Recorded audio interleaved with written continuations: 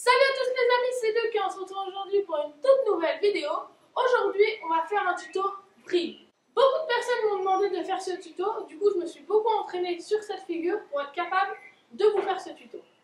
Je vais partir du principe que vous savez ni faire la vrille, ni la demi-vrille. Du coup, je vais tout expliquer du début. Une vrille, c'est déjà un 360 en même temps qu'un salto arrière.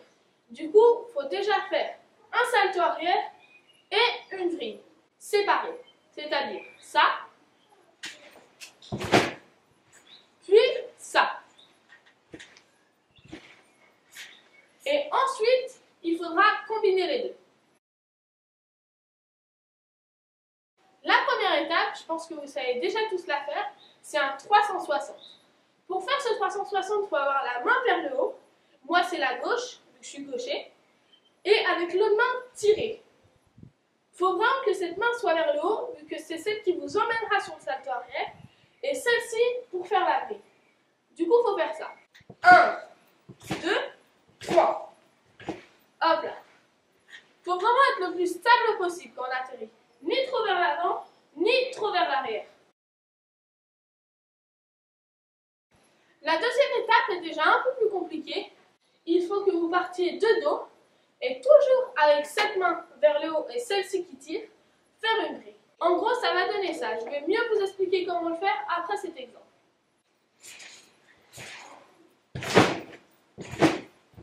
En fait, une fois que vous êtes sur le dos, c'est-à-dire comme ça, il faut que cette main soit vers le haut et que celle-ci tire pour que vous puissiez faire la vrille.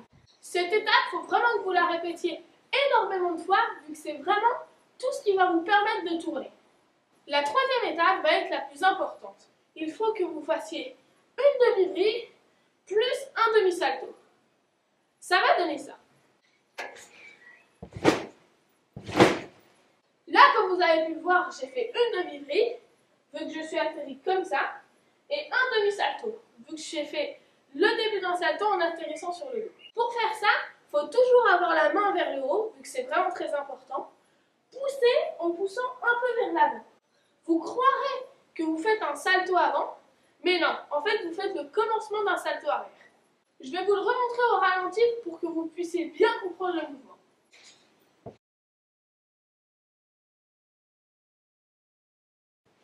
Dans ce moment-là, quand vous voulez faire une demi-vrille, il ne faut pas lancer votre bras le plus fort possible, vu que sinon vous allez déjà faire un 360, ou même plus. Cette étape, il faut vraiment la répéter le plus de fois possible. À la fin, vous pourrez faire 360 avec un demi-salto. En fait, vous n'allez pas encore atterrir debout, mais vous commencerez à bien vous entraîner pour tourner. Et ensuite, vous pourrez faire une demi-vrille. La demi-vrille, c'est vraiment la chose la plus importante pour apprendre la vrille, vu que c'est qu'en fait sa moitié. Pour faire ça, vous allez toujours avoir la main vers le haut, vous lancez, mais vers la fin. Une fois que vous savez faire la demi-vrille, il faut s'entraîner énormément pour réussir à la faire à chaque fois que vous tentez, et vraiment s'entraîner pendant au moins 20 minutes, un quart d'heure, être sûr de y arriver à tous les coups. Vu que si vous y arrivez une fois sur deux, la vrille entière, ce sera pareil. Pour faire votre vrille, il va falloir que vous lanciez une main plus vers le haut, celle qui tout à l'heure était là, et une main sur le côté. Ça va vous servir à tourner et lancer le salto arrière. Je vous montre tout de suite un exemple. Pour faire la vrille, une fois qu'on a compris le truc, c'est hyper facile et on y arrive tout le temps. Par contre, il faut bien suivre les étapes. La vrille va se dérouler en 3 étapes. Le lancement, le mouvement à faire en l'air, puis l'atterrissage. Le lancement va se faire avec les deux bras à l'arrière et les genoux qui sont pliés. Vous êtes sur le point de rebondir sur le trampoline. Du coup, comme ça. Quand vous allez remonter, les bras vont monter en même temps que les jambes en fait. Ça va faire ça. Vous êtes là, ça remonte. Quand les genoux sont complètement tendus, il faut que les bras soient arrivés là. Du coup, ça fait ça. Si là je sautais, j'aurais fait un 360. Mais au bout d'un moment, vers la moitié, il faut qu'un des deux bras se détache, celui qui est en haut, et que ça fasse ça. Pour pouvoir lancer sa vrille. En gros, ça va donner ça. Ensuite, quand vous faites le mouvement en l'air, il ne faut surtout pas essayer de se grouper. en général que les jambes soient tendues ou presque, et que ce soit que les bras qui fassent le mouvement. Il ne faut jamais aller chercher les jambes.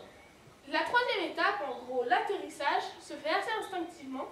Sur les trampolines, vous avez toujours une croix rouge ou blanche, et quand vous la voyez, ça veut dire qu'il faut dégrouper et ramener les bras vers l'avant pour pouvoir se stopper et être très gainé pour réussir à atterrir et être fixe. Ça va donner ça. Si vous réussissez à faire la vrille, mais vous trouvez que vous allez trop sur le côté, en gros, quand vous commencez votre vrille, vous êtes ici, et ensuite vous atterrissez là, c'est juste parce que vous lancez la vrille trop fort. Il faut moins la lancer fort et plus lancer le salto arrière. C'est juste pour ça. De toute façon, avec tous les essais que vous allez faire, vous allez rapidement comprendre quelle force il faut mettre dans un bras et quelle force dans l'autre. Ok les amis, c'est déjà la fin de cette vidéo. J'espère qu'elle vous aura plu. Moi, comme d'habitude, je me suis éclatée à la faire. J'espère que vous aurez réussi à faire la vrille. Et pour ceux qui se demandent pourquoi je ne suis pas chez moi, c'est parce que je suis retournée en France en vacances pendant un mois et demi. Des amis m'ont gentiment prêté leur trampoline pour que je puisse faire cette vidéo. Du coup, merci à eux. Pour ceux qui ont peur que je fasse un peu moins de vidéos ou de trucs, vous inquiétez pas, j'ai prévu plein de trucs. Du coup, on se retrouve dans une prochaine vidéo. A plus!